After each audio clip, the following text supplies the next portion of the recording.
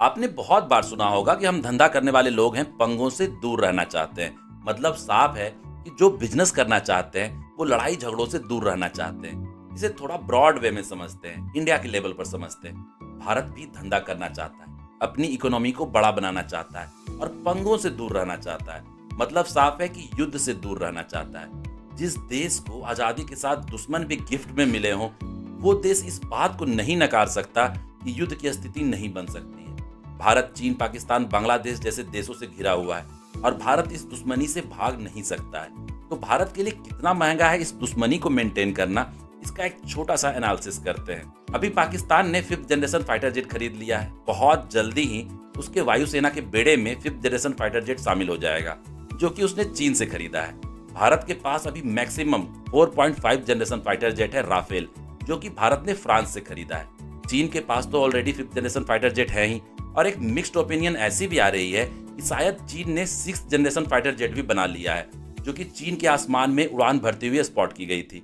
अब भारत को क्या करना चाहिए? इतने इंटेंस माहौल में किसी भी वक्त पाकिस्तान या चीन सिचुएशन को बिगाड़ दे सकता है, युद्ध जैसे माहौल बन जा सकते हैं। तो भारत को अब क्या करना चाहिए? 5th जनरेशन फाइटर जेट का जुगाड़ करना चाहिए, रूस या अमेरिका से खरीदना चाहिए 5th जनरेशन फाइटर जेट, या फिर अपने AMCA 5.5 जनरेशन फाइटर जेट जो भारत खुद का डेवलप कर रहा है उसी पर फोकस्ड रहना चाहिए।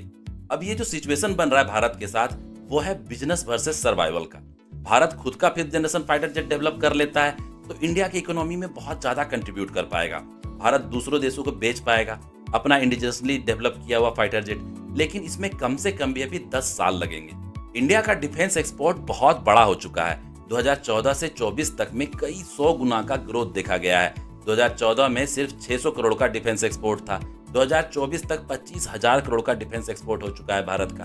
अगर डिफेंस एक्सपोर्ट में 5th जनरेशन फाइटर जेट भी शामिल हो जाए, भारत अगर in future AMCA fighter jet को बेच पाएगा दूसरे देशों को, तो भारत का डिफेंस एक्सपोर्ट में बहुत बड़ा ग्रोथ देखने को मिल सकता है। भारत की इकोनॉमी में बहुत ज्यादा कंट्रीब्यूट कर सकता है ये अपना बनाया हुआ फाइटर जेट। लेकिन अगर दूसरी तरफ देखें तो क्या भारत दुश्मनों से घिरे होने के बावजूद 10 साल तक बिना 5th जनरेशन फाइटर जेट के रहना अफोर्ड कर सकता है?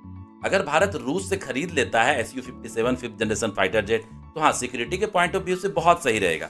लेकिन फिर भारत का खुद का बनाकर 5th जनरेशन फाइटर जेट बेचने का जो सपना है वो अधूरा रह जाएगा। कोई भारत का बनाया हुआ फाइटर जेट फिर क्यों खरीदेगा अगर भारत खुद दूसरे का बनाया हुआ फाइटर जेट इस्तेमाल करेगा?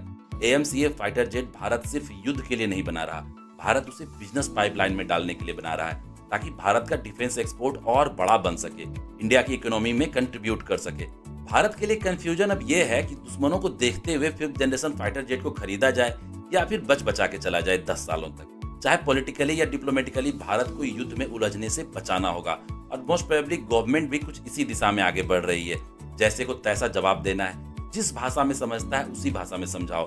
भारत के लिए कुछ साल थोड़ा मुश्किल भरा जरूर होने वाला है, लेकिन अगर इस फेज से सेफली भारत खुद को निकाल लेता है तो भारत की इकोनॉमी खुद के बनाए हुए 5th जनरेशन फाइटर जेट के साथ एक ऊंची उड़ान जरूर भरेगा।